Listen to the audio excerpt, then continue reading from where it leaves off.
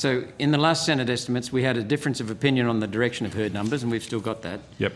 I maintain the only way to meet net zero carbon dioxide targets, why you'd want to meet that is beyond me because no one's given me any proof, but the only way to meet those targets under Meat and Livestock Australia's CN30 program, Carbon Neutral 30 program, was to hold herd numbers at the historically low numbers experienced during the recent drought.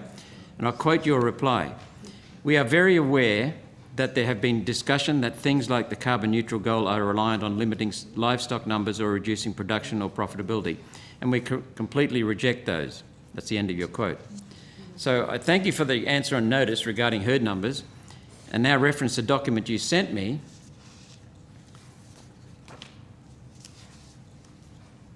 A Meat and Livestock Australia publication titled Industry Projections 2021, Australian Cattle July Update.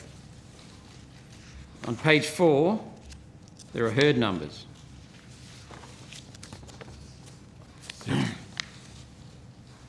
Herd size, slaughter and production are all flat, arguably slightly decreasing in the last few years across the period indicated 2000 to 2023 and down from their peak in this period. Am I reading that right? You may be, Senator. I don't have that one in front of me, but what I can do is provide you with the updated projections from earlier this year, which show the projected increase in production and output, so increase in herd size, increase in productivity. We can provide that to you. Page 2 of this report,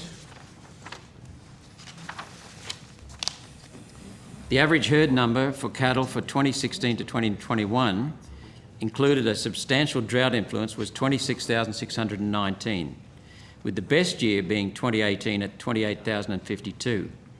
Meat and Livestock Australia's projection for 2022 is 27,223 and for 2023 is 28,039.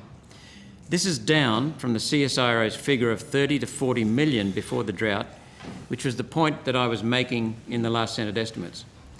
Even if the CSIRO figure is higher than you would accept, I fail to see an increase here in these figures.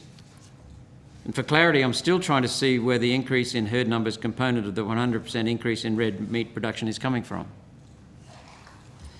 Is it true that unless the herd numbers recover to around 30 million, then Meat and Livestock Australia are projecting a permanent reduction in the Australian herd? No, Senator, it's not. So the paper you're referencing is not a CSIRO paper. Dr. Fordyce is the lead author, and he's previously worked with CSIRO, and it was present on their publication site, but it's not a formal CSIRO paper.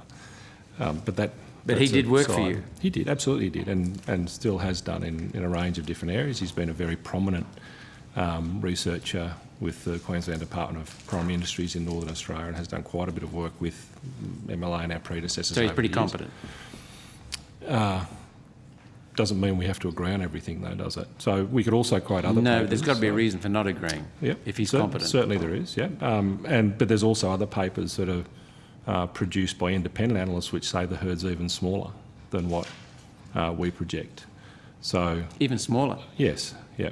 So by private, commercial analysts, that's widely read, that gets quoted to us as much or more than this paper does. But Senator, the herd size isn't the only driver of productivity.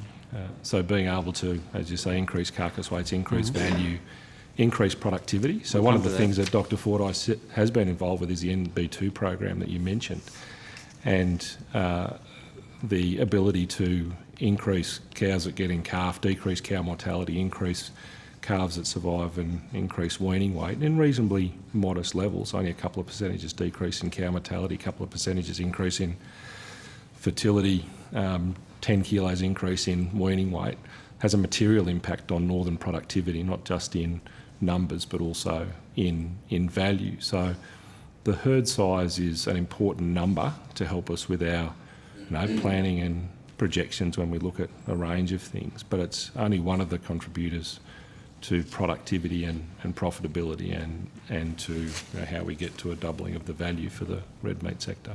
Yeah, looking at agricultural producers, whether it be livestock or crops, there's certainly a huge increase and improvement in the use of science. to guide, and that's become a wonderful productivity improvement tool. But it still comes back to basic arithmetic.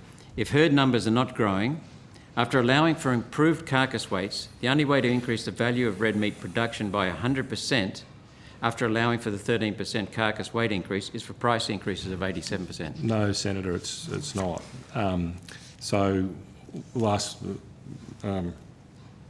Chairman Beckett mentioned about our trip to Darwin 2 weeks ago, and one of the great things we heard about was the use of knowledge that's been gained over the last 10 or 20 years by the industry, and there was a couple of fantastic examples of the use of phosphorus as a supplement in phosphorus-deficient country.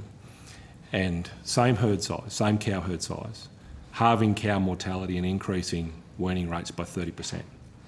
Same cow herd size, halving cow mortality, increasing weaning rates by 30%. So herd size is not the only way, and when you think about those ways to make significant improvements in productivity, it actually becomes a minor factor.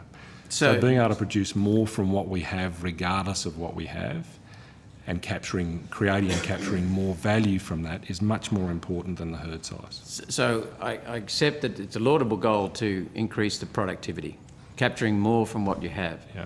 So if herd sizes stay flat, then are you able to provide me with the breakdown of where the 100% increase in red meat value will come from? We can provide